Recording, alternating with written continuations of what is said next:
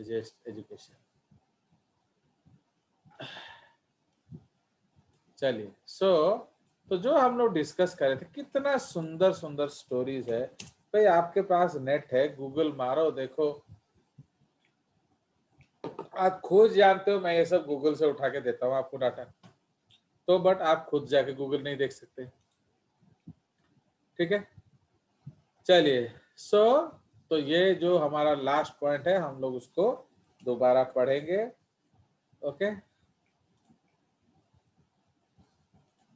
Now the telomeres जो हमने पढ़ा था, जब आपका क्रोमोसोम प्रोसेसिंग होता है, तो the telomeres themselves are protected by a complex of sheltering proteins, okay, as well as by the RNA that telomeric DNA encodes. तो टेलोमेरिक डीएनए जो आरएनए एनकोड करता है, उसको हम लोग क्या कहते हैं? सो दैट इज कॉल्ड टेरा। समझ रहे हो?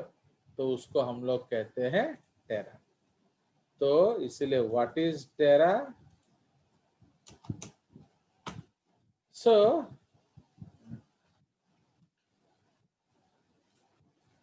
एक और नोटंकी है, ये जो है, सो टेरा के बारे में लिखना है एक्चुअली। सो टेरा जो है, सो दैट इज व्हाट, ये एक एब्रिविएशन है। समझ रहे हो? सो this is an abbreviation about telomeric repeats. ठीक है, ये एक एब्रिविएशन है which is repeats. Fine. So Tera in biology is an abbreviation for telomeric repeat containing RNA. Okay, so Tera is RNA that is transcribed from telomeres.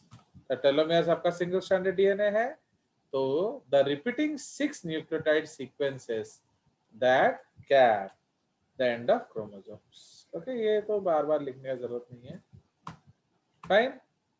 So इसलिए Tera is the RNA that is transcribed from the telomeres. Tera functions with shelterin. So shelterin plus Tera, okay, to inhibit telomere lengthening by enzyme telomerase. समझ रहे हो? तो आपका जो टेलोमियरेज है, कब वो काम स्टॉप करता है? जब टेरा एंड शेल्टरिन मिल के काम करते हैं। तो TERRA functions with shelterin to inhibit telomere lengthening by enzyme telomerase. चलिए, तो अब ये एक और इंपॉर्टेंट पॉइंट है। Over time, due to each cell division, the telomere ends become shorter. तो वो छोटे छोटे होते हैं। They are replenished by an enzyme telomerase. Okay, okay, telomerase which is an ribonucleoprotein which has a short RNA strand that acts as template for DNA synthesis. Okay, and reverse transcriptase enzyme. तो समझ रहे हो? And reverse transcriptase enzyme. So they are replenished by an enzyme telomerase, which is an RNP, which has a short RNA strand that acts as template for DNA synthesis. कौन सा DNA synthesis? Telomeric, okay, DNA synthesis.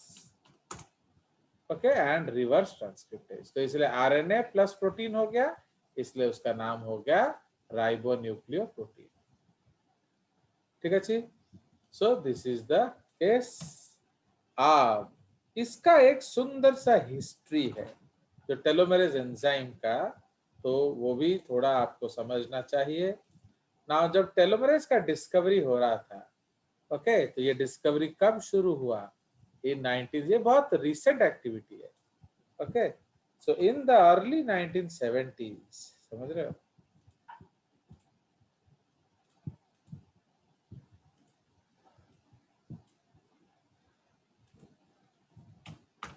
In the early 1970s, Russian theorist Alexei Olovnikov first recognized that chromosomes could not completely replicate their ends. समझ रहे हो? वो पूरी तरह से अपना डीएनए रेप्लिकेट नहीं कर पाते हैं क्योंकि उसका जो ओकाजाकी फ्रैगमेंट पार्ट है वो नहीं हो पाता है. सर ओकाज़की फ्रैगमेंट पार्ट क्या होता है? That you will see videos and tell. चलिए, तो इसीलिए building on Yes. This and to accommodate Leonard Hayflick, तो मैंने आपको बोला था कि नहीं, हेफ्लिक्स लिमिट, ये लियोनार्ड हेफ्लिक ने दिया था. तो बिल्डिंग ऑन हिज आइडिया,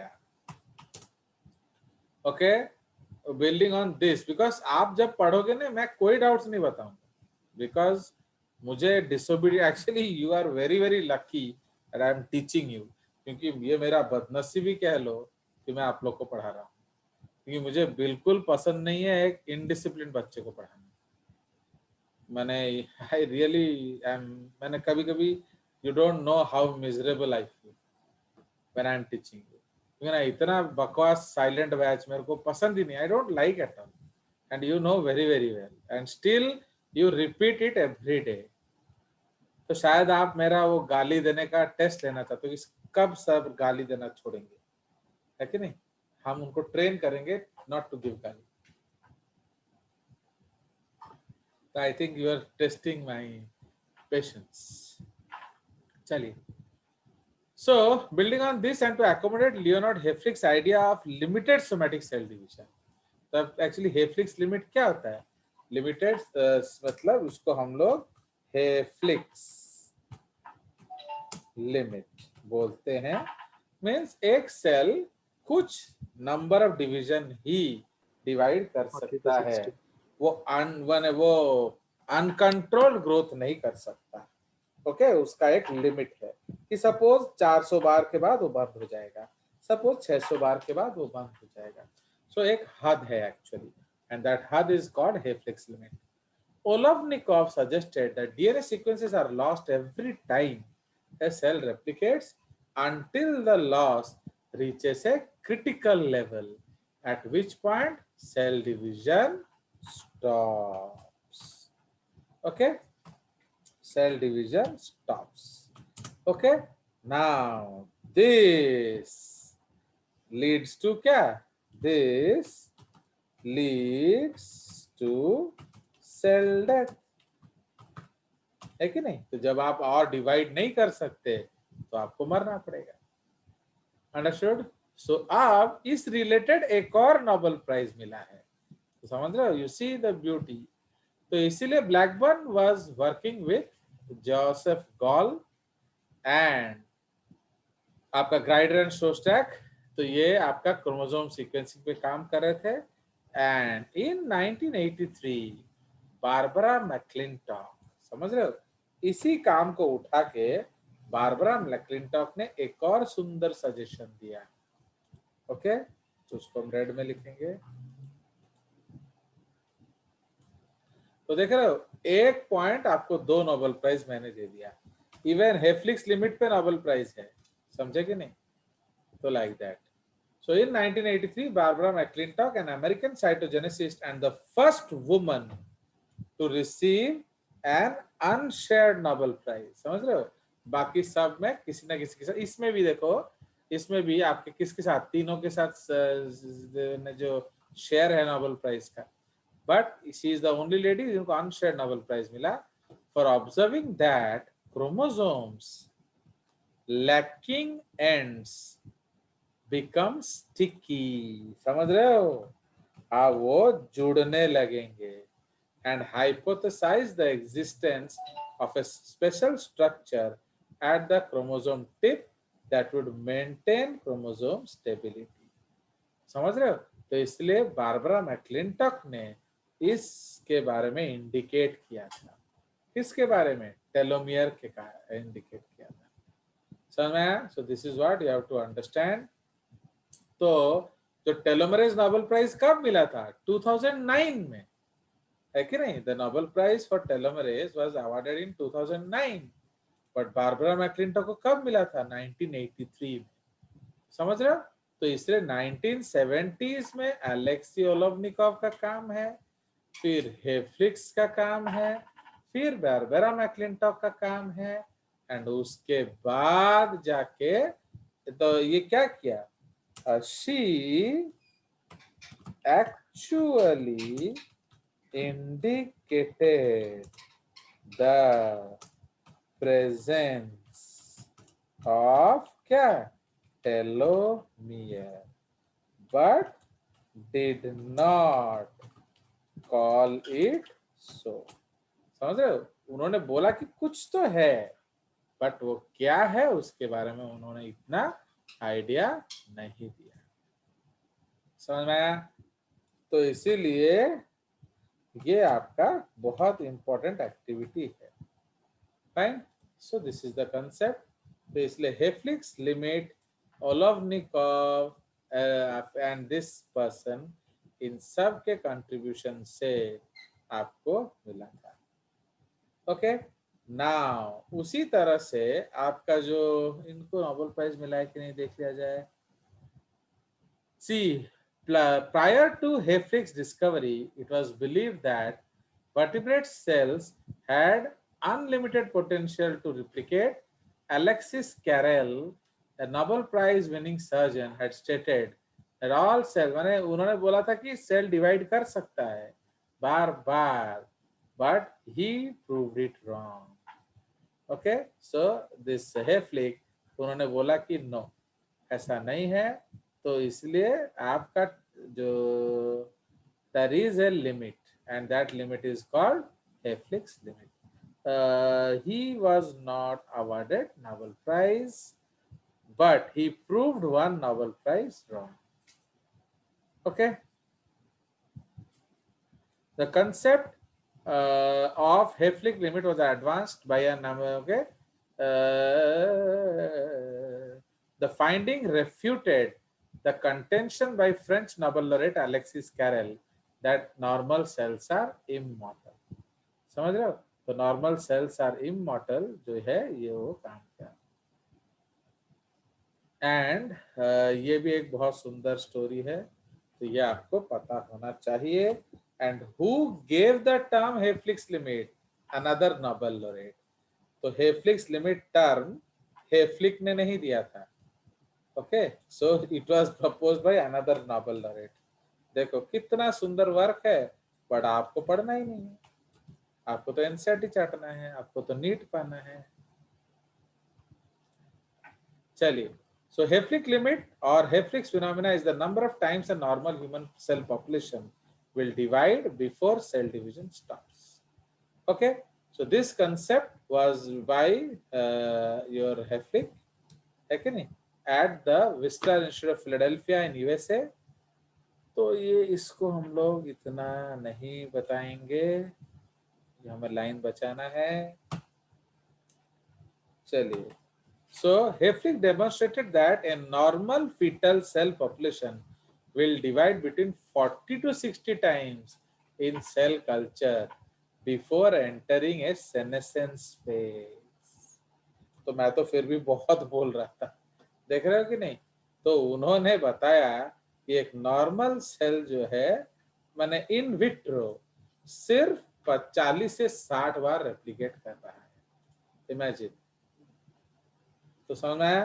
तो दिस फाइंडिंग, तो a normal cell 40 to 6 times in cell culture, फिर वो बुढ़ापा आ जाता है।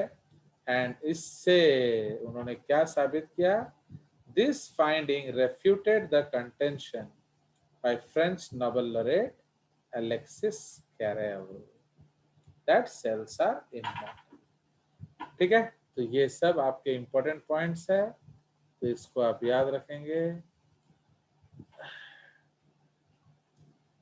Fine, so these are all important points with respect to what? Telomeres. तो इसीलिए ये आपका टेलोमेरेज एक्टिविटी है ना। उसमें जो नाम किसने दिया था?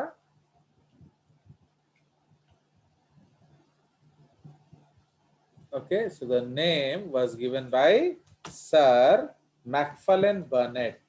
Do you know this name? You should have known this name. ये भी एक बहुत इंपॉर्टेंट नाम है, एंड अभी तो ये बहुत ज्यादा यूज भी हो रहा है. Each time the cell division undergoes mitosis, the telomeres on the ends of each chromosome shorten slightly. Okay, cell division will cease once telomere shorten. Okay, so once telomere shorten to a critical length. Hayflick interpreted his discovery to be aging. Okay, aging in the at the cellular level, the aging of cell populations appear to correlate with the overall process of aging. ये तो मैं आपको already बता चुका हूँ. Now, Australian Nobel laureate Sir Macfarlane Burnet coined the name Hayflick's limit in his intrinsic mutagenesis book. Okay, and ये immune system immunity term भी दिए हैं. Okay, so the term immunity was also coined by Sir Macfarlane Burnet. Okay, so इसीलिए इन्होंने ये शब्द दिया था. तो देख रहे हो, सो कितना सारा नोबेल प्राइज वर्क आपको मैंने आज शेयर किया. चलिए, सो उसके बाद हम लोगों ने डिस्कस कर लिया था. तो विथ रेस्पेक्ट टू दैट, तो now we will go to another topic. अब उसके जो हम लोग डिफरेंट पॉइंट डिस्कस कर रहे थे, सो अब उसके बाद हम लोग आ जाएंगे सेंट्रोमियर.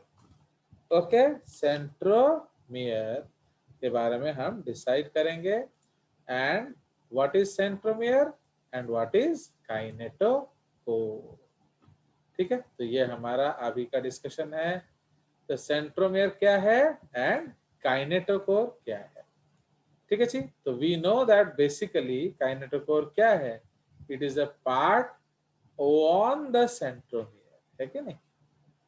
तो इसीलिए जो नेक्स्ट हेडिंग है हमारा, so that is centromere and kinetochore. Okay, centromere and kinetochore. Now, तो अब आपका सेंट्रोमियर हमने क्या डिस्कस किया था. तो ये आपका क्या, जो आपका बेसिक कंसेप्ट है सेंट्रोमियर का, हम लोगों ने डिस्कस क्या किया था. So we had discussed that the two chromatids, okay, are attached to each other by a narrow area, also called primary constriction. Okay, this decides the ratio of arm length called centromeric index. ठीक है, centromeric index, two arms. Okay, two arms may be isobrachial. मतलब क्या है आइसोब्रैकियल का example बताइए. आइसोब्रैकियल का example क्या है, जल्दी जल्दी बताओ. उसका मीनिंग क्या है. कौन सा क्रोमोसोम आइसोब्रैकियल है. मेटासेंट्रिक. Metacentric chromosome. तो जो मेटासेंट्रिक क्रोमोसोम है वो आइसोब्रैकियल है. मतलब क्या है, it is same on both the sides. ठीक है. नाउ उसके बाद तो आपका जो सेंट्रोमियर है वो पोजीशन डिस्कस करता है आपका. ठीक है.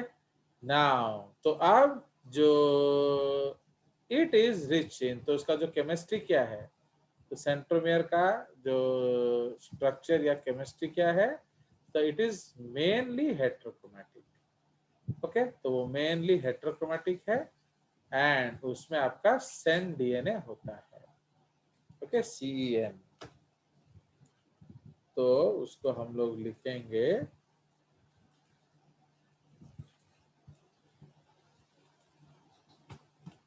the centromeric DNA is normally in a heterochromatin state. Bracket में हम लोग उसको क्या लिखेंगे, constitutive. Okay, which is essential for the recruitment of cohesin complex that mediates sister chromatid cohesion. मतलब ये सिस्टर क्रोमोसोम्स को चिपकने में मदद करता है after DNA replication, as well as coordinating sister chromatid separation during quasi. Okay, तो anaphase में अलग होना एंड आपका साथ आना ड्यूरिंग प्रोफेज, ये दोनों कौन कंट्रोल करता है? आपका कोहेजिन complex which is related to centromeric DNA. In this chromatin, the normal histone H3 is replaced with a centromeric specific variant SENPA in humans. तो SENDNA protein A in humans. तो समझ रहे हो? तो इसलिए जहां आपका ये होना चाहिए था हिस्टोन 3, वहां SENPA प्रोटीन होता है। तो इससे क्या होता है? वो ज्यादा कंडेंस्ड होता है एंड वो ट्रांसक्रिप्शनली इनएक्टिव होता है। ठीक है, it is transcriptionally inactive. Understood? Now अब हम लोग जानते हैं आपका अलग अलग टाइप ऑफ क्रोमोसोम्स होते हैं। ओके, एसेंट्रिक क्रोमोसोम क्या लिखा था हम लोगों ने? No centromere. डाइसेंट्रिक क्रोमोसोम में क्या होगा? 2 सेंट्रोमियर्स। 2 सेंट्रोमियर्स। एंड मोनोसेंट्रिक तो हमने डिस्कस किया ही था, दैट उसमें आपका एक ही सेंट्रोमियर है जो नॉर्मल होता है। एंड होलोसेंट्रिक क्रोमोसोम में क्या है? The entire length of the chromosome acts as a centromere. इसका एक बहुत खूबसूरत एग्जांपल है आपका सिनोरैप्टिडिस एलिगेंस में। ठीक है, सो इसमें हम लोग एक और नोट लिखेंगे। सो जो different than monocentric, okay, holocentric chromosomes, ये हम ऑलरेडी कल बात कर चुके हैं, सिर्फ इसको मैं लिख रहा हूं। तो holocentric chromosomes, okay, what are holocentric chromosomes? The entire length of the chromosome acts as centromere. In holocentric chromosome, there is not one primary constriction, but the centromere has an H3 locus spread over the whole chromosome. Okay, for example of this type of centromere can be found scattered throughout plant and animal kingdoms, with most well known is Sinorhabditis elegans. ठीक है, तो जो Sinorhabditis elegans है उसमें इसका जिक्र almost confirmed है। Okay, so it is already confirmed that it has सेंडियन, क्या इट हैज होलोसेंट्रिक क्रोमोसोम, मतलब उसका जो पूरा का पूरा डीएनए ही या पूरा का पूरा क्रोमोसोम ही सेंट्रोमेरिक है या कॉन्स्टिट्यूटिव हेट्रोक्रोमेटिन है। क्लियर? चलिए, तो अब we have used centromeric index and हमने क्रोमोसोम का शेप भी डिसाइड कर लिया था, जिसके बारे में पिछले नीट में ऑलरेडी क्वेश्चन आया हुआ था। I've already sent you some question papers for practice. I think you have seen it and you will complete it. Because if you misbehave with JJS, and आप जानते नहीं हो कि जब JJS misbehave करता है ना तो आपको पानी भी नहीं मिलेगा। Because if you don't solve assignments, I will not give you a single one. And you know that what is the meaning of that. तो इसीलिए please try to solve them. And they are only NCERT assignments, so धड़-धड़ हो जाएंगे। आप लोग को मैं सारा botany zoology का असाइनमेंट दे रहा हूँ, but in school only zoology assignments are given. हाँ बोलो। सो वो पिछला पेज थोड़ा दिखाएंगे। हाँ बोलो।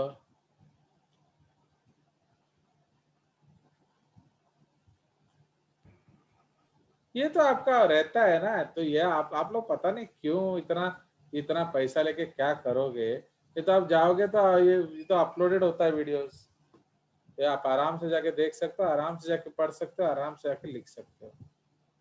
समझे कि नहीं? I don't know what you are saving and क्या आपको कुछ बोलने से भी मुझे अच्छा नहीं लग रहा है, बिकॉज वो गाली भी रिकॉर्ड हो रहा है ना, तो वही तो असुविधा है, एंड दोस गालीज आर आल्सो रिकॉर्डेड। चलिए, तो जो काइनेटोकोर हमने डिस्कस किया था, तो काइनेटोकोर का इंपॉर्टेंस क्या है? दैट काइनेटोकोर इज ए एमटीओसी, मतलब वो एक माइक्रोट्यूब्यूल ऑर्गेनाइजिंग सेंटर है एंड वो आपका स्पिंडल्स बनाता है। Okay, even the simplest kinetochore has more than 19 proteins. समझे कि नहीं? सो इसीलिए जो पहले एक कंसेप्ट था कि आपका जो क्या मैंने earlier there was a concept that अब इवन आजकल कभी अगर आप टेक्स्ट में देखोगे लिखा होता है कि क्या दैट स्पिंडल स्पिंडल अटैच होते कम्स हैं and binds to the centromere. Centromere. Actually this is not any more. तो ये कंसेप्ट अब एग्जिस्ट नहीं करता. चलिए अब जो नेक्स्ट पॉइंट है हमारा that is called NOR. Okay, NOR region. तो आपका देखिए जब क्रोमोसोम में पहला कॉन्स्ट्रिक्शन आप देखोगे so that is called primary constriction. But उसके बाद जो कॉन्स्ट्रिक्शन आप देखेंगे तो that is called secondary constriction. तो समझ रहे हो.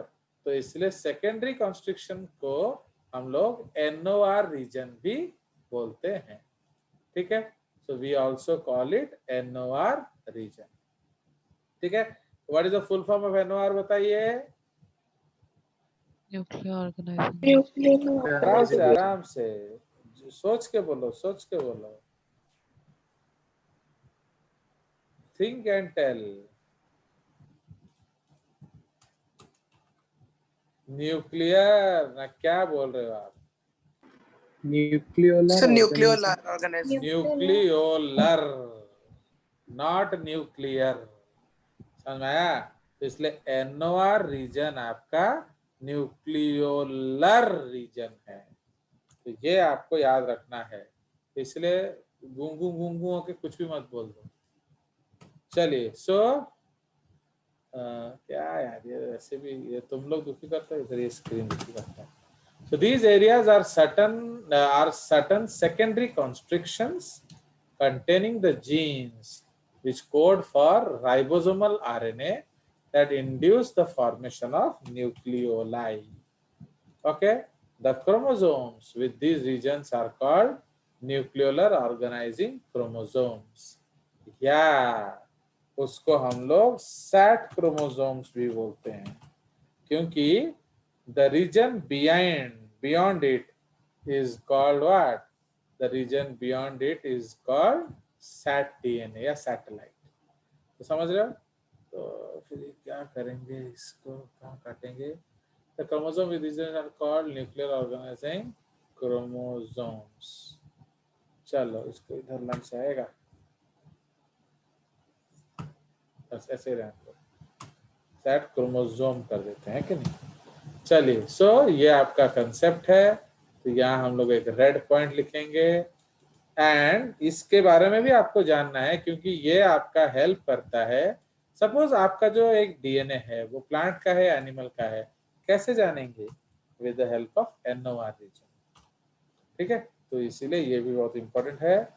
सो NORs are chromosomal regions crucial for the information of the nucleolus. In humans the NORs are located on the short arms of acrocentric chromosomes 13, 14, 15, 21 and 22. And the genes are RN1, RN2, RN3, RN4, RN5 respectively. ठीक है. तो ये gene आपका क्या करता है, वो आपका RRNA के लिए कोड करता है. ओके, राइबोसोमल RNA के लिए. ठीक है जी. So this is the concept. Now ये जो न्यूक्लियोलर रीजन है तो ये क्या करेगा. So it will code. So these regions will code, okay, for the rRNA, ribosomal RNA. ठीक है. So ये उसका concept है. So these regions code for आपका 5.8S, 18S and 28S ribosomal RRNA. ठीक है, ribosomal RNA. ठीक है जी. So the NORs are sandwich between the repetitive heterochromatin. मतलब वो बीच में फंस जाता है. किस किस के बीच में. टेलोमियर एंड सेंट्रोमियर के बीच में पड़ जाता है. अंडरस्टैंड. तो इसीलिए so the NORs are sandwiched between the repetitive heterochromatic DNA sequences of centromeres and telomeres. ठीक है. तो ये उसके बीच में आ जाता है. Now these